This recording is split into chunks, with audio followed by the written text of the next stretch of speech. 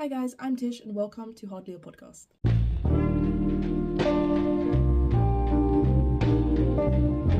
Yes, I'm midway through doing my makeup. Yes, I look crazy. Yes, my room's a mess. All these things don't matter. I'm filming this podcast right now because I've been procrastinating doing it for 2 years. I've just decided now, whilst I'm doing my makeup, that I'm gonna film my first episode. And I do have a camera. It's a very good camera, but it doesn't have battery and I don't really want to wait for it to charge. So this first episode is gonna have really bad quality. Sorry guys. Sorry. I have summer depression. It becomes summer, the sun comes out, and I just want to rot in my own flesh and skin and die, quite frankly. Don't know why. Actually, I do. A lot of my childhood trauma was during the summertime. So I think that's probably why. And due to this summer depression, I haven't been going out or leaving my house, which means I've been thinking a lot. And I've sat with my emotions and realised it's because I haven't healed, obviously. That is the biggest thing, but what the fuck is healing? What is healing? If you know, please tell me, because I'm missing out. I'm really missing out, and I understand, I understand what's happened to me. I understand why people have done things that they've done to me, even if I disagree with it, and I can also understand that that's just the people they are. And I understand how it's hurt me, how it affects me, and how to avoid that hurt again. But I wouldn't necessarily say I've healed, because it still upsets me.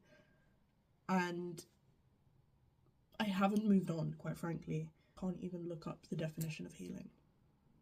But I would assume it's getting rid of your emotional baggage, right? And I've been really sitting with this feeling because there's someone who was in my life when I was much younger, maybe 3 years ago, and that person really hurt me. I don't think anyone has hurt me in such a major way, and I've not expected it, which hurt even more, obviously. And I was thinking, okay, I'm over it. I don't think about this person. I don't really think about what they did. I'm fine. I don't care. I've moved on. I'm in a different chapter of my life. And then I see this person in public. And this person doesn't even notice me. And we're on the same train. And they noticed me as I got off the train. And I saw their face drop. And it's really affected me because seeing that person upset me so much more than I would have thought it would have. I would have thought that I would have said to myself, I don't really care. You're a bum. I don't care. But no, instead my ego was kind of hurt. Because it's your world moved on. Which it did. Of course, mine did too, though it didn't feel like it. And you're fine. You are just so fine. You got away from this unscathed, and I have every injury known to mankind.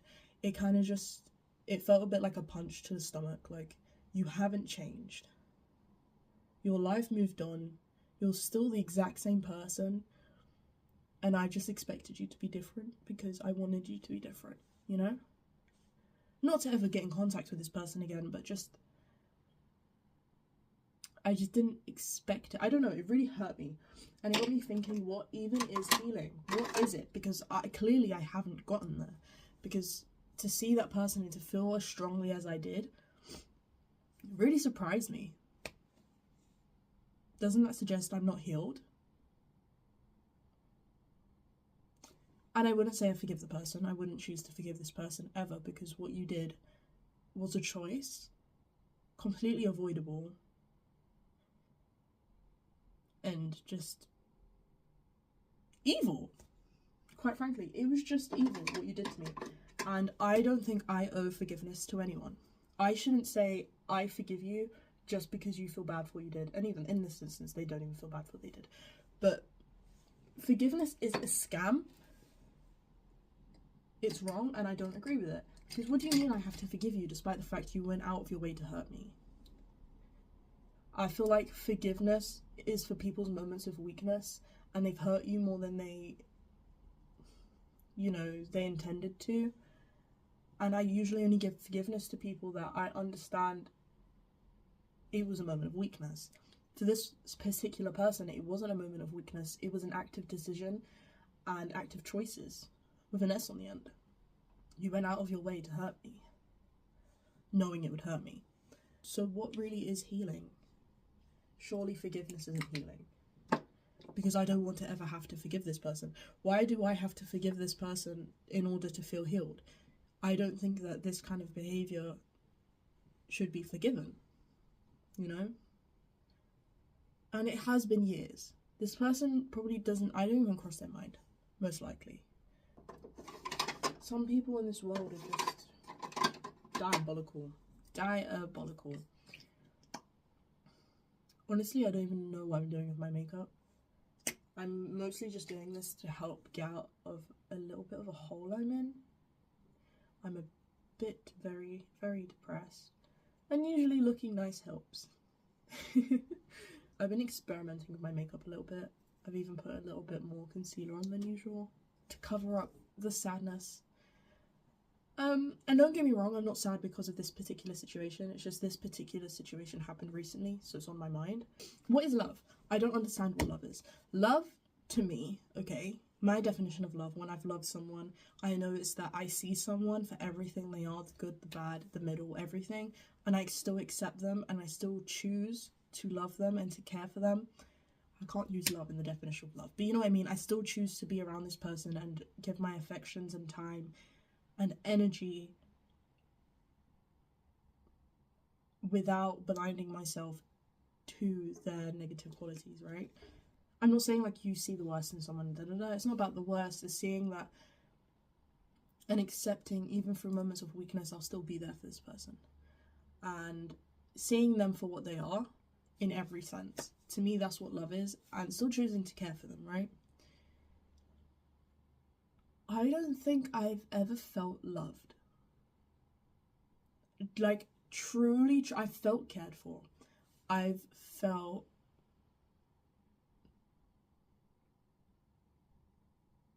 cared for. I was going to say seen, but I don't think I've ever felt seen in my life. I felt cared for, but I don't think I've ever felt loved. And I'm not trying to be like, oh, I've never felt loved. Like, I can't really feel sorry for myself because I haven't felt it, you know? And it kind of frustrates me because I wonder if I've made other people feel loved. And that is like my only goal in life, is to make people feel seen and cared for. And then I think about it even more and I'm like, have I really shown who I am to people? And it's not like I haven't out of choice. I just don't think I've never felt seen because I've never shown someone myself. Like, truly, I've always got a facade on that I can't quite take off. I've just never been able to take this facade off. And it's quite frustrating when I look back on it, but in the moment, it's how I'm keeping myself safe. I'm like, I don't really want to allow someone to hurt me. Which leads to me realizing that's why I don't have many friends.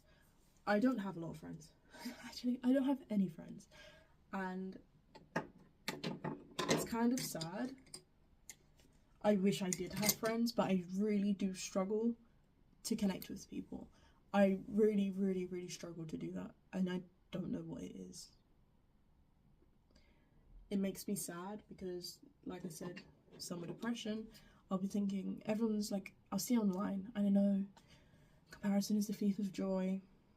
Human nature though, we still do it. And I'll see people going out with their friends and going on holidays and, you know, and I'm just by myself. I don't know, it is just kind of upsetting. And obviously I put myself in this position. No one else has put me in this position but myself, though I don't know how to get myself out of it. I'm just a very lonely person. And I'm very used to being alone. During school, I think there's only one school I've been to where I was actually social, and that's because I was there for a while. Every school I've been to, I've only been there for a year or less, okay? Except for this one school, I was there for nearly 2 years, and I got very comfortable, and I expected myself to finish school there, right? I joined in year 9, and I left at the end of year 10. It makes me emotional thinking about it because I truly felt safe and stable somewhere, and then my life literally got tipped upside down at home and at school, and we had to move. And I was in this new environment, and I knew I wouldn't be there for long. I only had a year left of school. I didn't join in the beginning of year 11, I joined like a few months in, and I had to change my GCSEs, everything, and I had a very bad home life, like I mentioned before, and I kind of just went into myself, like I kind of just folded away in a weird way. I don't know. People would say to me like, oh, hi, like, what's your name? Do you want to go play football or whatever? And I was like, no.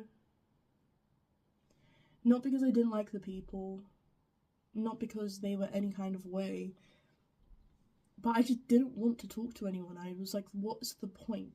I'm going to be alone anyway. I'm going to leave, and I'm going to be the new girl all over again. I was always the new girl. I'd never seen someone come to the school and be like, oh, you're the new girl. Like, I've always been the new one, right? If there was a school reunion, I wouldn't have a school to go to because the longest I've been to a school is just over a year. And in year 11, I used to eat lunch in the toilets. I would spend my breaks on the bench reading a book. And then I went to college, and I kind of did the same thing. I didn't really go in at all, because I knew it wasn't necessary for me to. I knew that I didn't have to, so I didn't. I just didn't, because I didn't want to face people knowing that they were temporary. It's really affected me. I left school without friends. I joined college, and I wasn't in college, didn't make friends. I moved house 2 more times. And I kind of just got left with no one.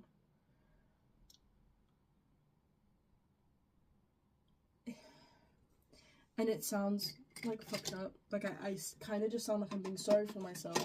But the people that understand will understand that it's so hard to make friends when you don't have social skills. I really do lack social skills due to trauma, due to a lot of things, like social anxiety, all those things like that. And I just don't know how to connect with people. And it's one thing that people don't really talk about. It's more so just like, oh, they're weird, they're quiet, they don't really talk. I do. I'm very talkative. I love being around people. I just don't know how to get onto the stage of comfortability that I can be myself. And I'm truly very socially awkward with no social skills or cues. And what doesn't help that is I'm very bad at reading tones. I never really understand if someone's joking, if they're being serious, if they're sarcastic. Like, I just don't know. Which is ironic because I'm very sarcastic as a person. Nothing is really helping, and it's like, what do I do now? What do I do now? I went to the doctors and all that before people were like, go to your GP. I did. I've been on waiting lists since I was 11 years old to get therapy. Have I ever had therapy? No. Girl, oh my god, did you see that fucking transgender people have to go into the toilets that they were assigned to now? Which kind of pisses me off. You know, I'm gonna go into a whole rant now. I'm a tall girl, okay? I'm 6 foot tall. I was born a woman. I am a woman. And I tried to go into a toilet. And the security at the toilet, she was like, you can't go in there. I was like, why? And she pointed at the men's toilets. She's like, you have to go in there. I looked at her, I was like, why? And she said, that's for women. I literally looked at my boobs. I looked at her and said, I am a woman. And she went, and I couldn't use the toilet. And I'm not going into a men's toilet. I'm not a man. I've never even been into a men's toilet. Actually, that's a lie. I accidentally walked into the men's toilet one time. Traumatized myself.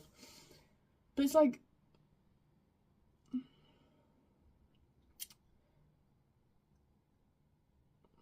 it's all propaganda.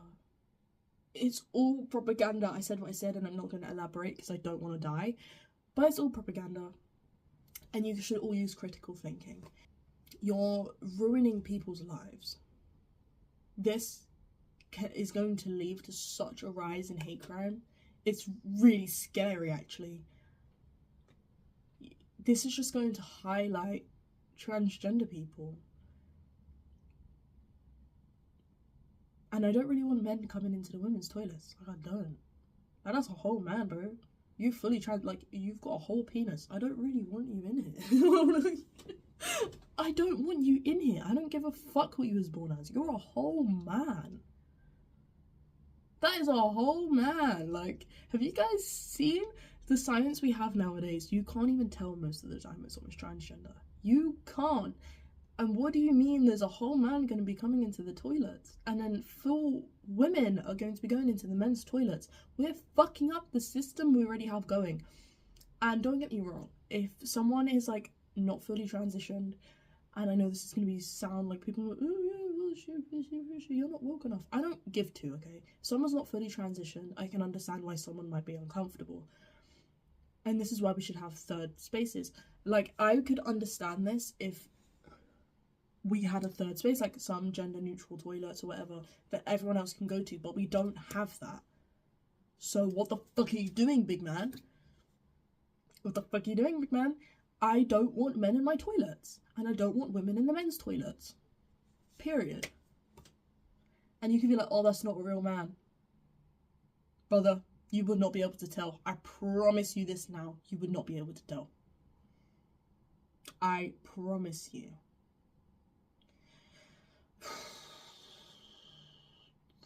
It makes me very angry. I'm very passionate about this. I forgot her name. There's a transgender influencer. I've forgotten her name. I'll put it on the screen. Bella. I don't know, okay? Most gorgeous woman I've ever seen, by the way. She's fucking stunning. She's the one who brought this to my attention on like Instagram or TikTok, I can't remember. And it really upset me because I'm not very close to the transgender community. Like, I don't know too much. I'm not gonna pretend I do. But I feel like everyone should be treated as people, and everyone should be allowed to express themselves how they want to express themselves without the fear of literal death or violence in general. Like, it really upsets me.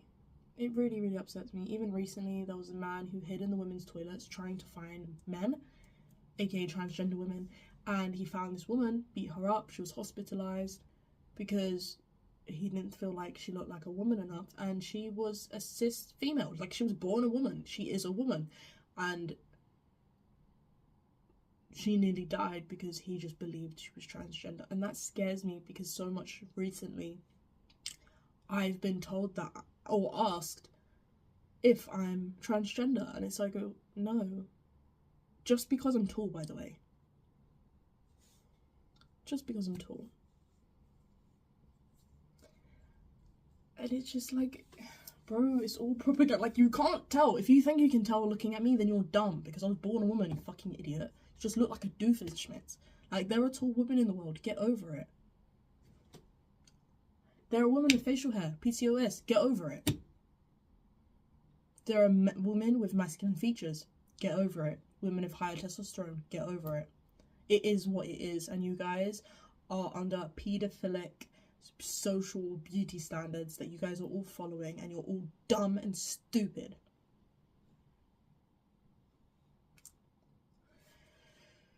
And they're not coming after your children. Lily Tino and all of that is propaganda. That is not what the transgender community represents. I just want to end this on the note saying you need to use your critical thinking, be more open, be more understanding, and do your own research always. Otherwise, you're going to end up brain dead. And you're going to end up being a sheep and a bootlicker. Open your eyes. Please, for the love of God, just don't go to one extreme, don't go to the other. Make your own judgment. The world will be so much happier if you just make your own fucking judgment. Fucking idiots. Just because you agree with one thing they said doesn't mean you have to agree with everything they said. Like the whole thing with fucking Andrew Tate. Don't even piss me off right now. Oh, I'm getting angry. I think we should be angry. Yeah, I don't know. Thank you for listening. Thank you for listening to Hardly a Podcast and listening to me rant and cry and scream and die and get angry. Thanks so much. Next time we talk about something a little less sad. And I'll see you guys next time.